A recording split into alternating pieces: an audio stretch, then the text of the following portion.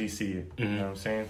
But don't you think that it also goes back to like entrepreneurship, that, you know, we have to be even more aggressive when it comes to that, when it comes to like creating our own independent labels? And hold on, I think we got a guest. Hold on, a very respected engineer. I don't even know if you had a guest on this show. Oh yeah. I don't know. This might be something different, man. Hold on. I'm trying to get my boy on here right quick. Okay, we got a special guest on the show. I'm with DJ Anonymous right now. Bro? This DJ Illusion. It's been a minute, bro. Oh, you know him? Yeah, okay, bro, I'm trying to get him on the show for a minute. Hey. Sam, I just wanted to comment on one thing you just said real quick, though, just because I saw you stirred up the whole city with this list, man. That's crazy. Yeah. But I wanted to say something just on the whole metric thing that you were talking about, because you know, these labels are pretty educated, man. A lot of them have tools nowadays to really sort through all that fake stuff, or all the numbers that are boosted. You know what I mean? Yeah. They have the tools, and they've had the tools for many years to be able to tell, you know, whether these impressions, whether it be YouTube views, whether it be YouTube subscribers, whether it be Instagram followers, whether it be, you know, streams, they have the tools readily available to really tell what's true and what's not. So when these guys are stepping in there with these false numbers, trust me, one of the first things they're doing is auditing their social media. You know what I mean? And auditing all these things, because if you're just like brands, when I used to work in product placement, anytime we would try to sell a new artist or a new public figure, and they want to see their social media, they would have these same tools, because if they're going to spend money and they're going to put all these other things down into put money into these people to promote their products, they want to make sure that the impressions that they're getting are true, are real. Yeah. Yeah, that's, you know what I'm saying? Yeah. So it's like it's hard, I guess. It's really hard to base things off the social metrics. What I think is good, and looking at Instagram getting ready to get rid of all these likes and stuff. Yeah. I can tell you one of the main things that's gonna determine whether or not any public figure or artist is doing well is if they get true interaction. Right. Like real interaction, meaning that real people are commenting, making real comments, are really interacting on their right. stuff. I think that we should be gauging artists based on their interaction. Can you get ticket sales? That's interaction. Can you sell merchandise? That's interaction. Can you get comments on your page? When I see these guys with 20K followers, they barely get 200 likes, and they get maybe 5 comments. I mean, my brother, I got barely 4K followers, and on everything we post and everything you post, and you're an engineer, everything you post, you're getting 20, 30, 40, 50 comments. You know what I mean? Yeah. That's interaction, because you have real fans out there. You know what I mean? So I don't know. I think the game is different now. Yeah, and that's why when I made the list, I didn't want to just make it off of like talent or like subjective things. So I know the numbers may have been skewed and a lot of numbers been fake. So I let me just get some kind of piece of thing that I could base it off of, which was the streams. Yeah. And I noticed even a lot of artists that I wanted to put on the list, I was like, damn, they don't even have 1,000 subscribers, or they only have maybe 800 views, 700 views. And the crazy thing about getting YouTube, if you want to make this into a business, you have to have, I noticed you have to have like 1,000 subscribers and like 4,000 hours of watch time. So that me kind of want to educate, kind of people too, like, and maybe motivate people to, get their numbers up, whatever they got to do. Right, and Loser had a great point, because I'm glad that they getting rid of all that, how many followers and likes that you have, because it's like it's like fair game now. You know what I'm saying? Like it's a fair playing field. So like John Doe, he may only have probably like 200, 300 followers, but his quality of his Instagram gonna bring that attention more. But they're not gonna look at the numbers like that no more. So I'm gonna be honest. One of the things that I don't like about lists in general, is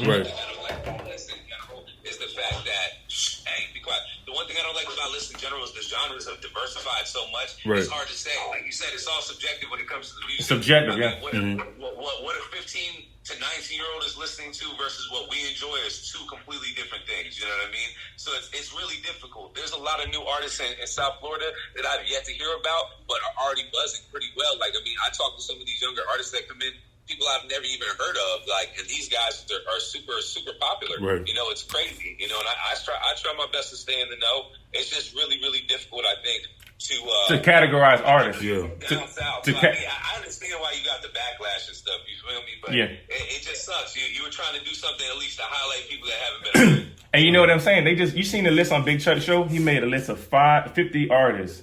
from Miami. I know there's only 2 of them from the section of Miami I'm from, which is called Down South. And that's why I like, let me just put 50 new names, put them in the forefront. Since I got a lot of people following me, let me just help 50 new names, put them to the forefront. You know what I'm saying? Which it did. A lot of people started collabing with each other. A lot of DJs hit me up. A lot of artists started connecting with different artists. DJs started looking up these new artists. So I feel like a lot of good did come from the list too. Yeah, man, I feel that. I do feel that, man. I just wanted to chime in because I was watching. Yo, we got to jump on here and talk about some engineer shit one of these days. Yeah, let's do it. Let's do it, man. All right? Let's do it, man. Appreciate you, man. I got to get to work. One of my clients just walked in. My dog Money just walked in. So, all right. Time to do what we do, All right, let's do it, man. All right. Later, man. Thank you for plugging me in. All right, for sure. Yeah. Yeah, man, that's what it's about, dog. Like, I'm just trying to bring in people on the show and just, give them they take on, especially when it comes to the music and stuff. Because for years, like, specifically down here, like, going to the next, question is, like, why down south artists so overlooked? And I always felt like, in my opinion, is that, a lot of people from the north side or from Broward to Palm Beach don't really get in tune because it's a whole different flavor down here. You feel me? Like, it's a whole different, like, the culture is different. Yeah, the culture is different, and I think too. Also, we don't have as much resources too. I would say as far as like in North Miami, the beach and the Wynwood area, we only limited to like 1 or 2 strip clubs. We have a strip club called like Playpen. Yeah, I don't know what they call it now. They got one in the Homestead, and they got like the Office Falls. I don't even know if it's open right now. Opposed to all the strip clubs they have in North Miami, they got like they used to have King of Diamonds. You got Office, Take One. You got so many clubs and more resources and opportunity. They have Miami Live on South Beach for artists to perform, and I feel like we don't have that much. And maybe some artists not getting out their comfort zone and taking these trips and traveling. That's what I did. That's how I got my face a little bit up in North Miami, is just by traveling and getting out of your comfort zone. You know what I'm saying? Which is wanting more. But I think we like I said, like I feel like we need to like create more events. Because honestly, them people over the bridge don't really care about us. They call us the mainlanders and stuff like that. I feel like from like the whole county in general, I don't care you from the north, south, east, west, we need to build and create more events like you did last year. Yeah, I did 3 successful events, man. And so many people was thanking me. And the purpose of my event wasn't even for performances. It was just for artists to come together, network, and you know what I'm saying, connect with people with like-minded people, you know what I'm saying? Like whether it be producers, managers, and people to this day still thank me for that, and they still asking for more. So I probably do need to bring that back and start bridging some connections with all the different crowds in Miami and start, building and bringing more attention down here to Miami. Yeah, real quick, because I was talking this with Knucklehead. It's been a while, for about a few years now. We've been trying to, like, a lot of I ain't gonna say a lot of artists, but most artists from down here was following the Atlanta trend, right? Yeah. And they was trying to follow the blueprint, not even just in music, but like entrepreneurs and everything, etc. Would try to move up to Atlanta. And like a couple people on my Facebook was like, why are we trying to be like Atlanta where, we could pretty much build down here, because everybody really want to come down here. They do. So, and like, why do you think it came to that point where you trying to follow another city? I mean, because if the results there, the artists, the amount of artists they're producing, the amount of studios they have in Atlanta, the amount of labels they have, the producers, the amount of engineers, podcasts, events. They got open mics. Every time I go to Atlanta, there's an open mic. There's something every day in Atlanta. And if you think about it, some of our 2 successful artists we got in here in Miami, we got like Zoe Dollars, and he just signed to a Atlanta artist, you know what I'm saying? And then one of our most successful artists too right now, City Girls from Miami, they signed to QC, and they're taking the blueprint, they're taking the trend of what these Atlanta artists and Atlanta business entrepreneurship is doing. And they, it's an older city. Atlanta, people fail to realize Atlanta's like 200-300 years old. Miami's almost, I think they just turned like 100 or something years old. So it's like we're not really that established in the music industry as opposed to these other cities like Motown and Nashville, LA, all these other the major cities. So I guess, just following the trend and what's working. Yeah, because I feel like, I understand that, but I feel like it got to get to a point. Like, I'm like, bro, it got to get to a point where, all right, we've been here before, because now it's doing real good now, because you remember every, 5 to 10 years, 2 or 3 artists would come out of Miami, but now it's like not just I think it was like 10 years. I think they used to say like 86 was Uncle Luke, then 96 was Trick Daddy, 2006 was Rick Ross. I don't know who they said for 2016, but I think City Girls, they kind of taking that. They on the billboards, they killing all the awards and everything. It's a lot of other artists, you know. But like you said, you got the Zoe Dollars, you got the Denzel Currys of the world. Like it's artists that's popping out of nowhere, you know, and then Brock Connie. And the reason why they're doing that too is we don't necessarily need labels so much, not just in Miami, but just in general. We don't really need labels because, like, I guess 20, 30 years ago, it was a guy behind the desk would be like, oh, this artist's not ready, we're not going to put them out. Or this artist is ready, let's put money behind them. Now, we're able to cut out the middleman because we have phones, internet, Wi-Fi, social media, we can connect with the world, you know what I'm saying? Right. So I think that's why the amount of abundance of artists that's popping up nowadays is because we could do it ourselves.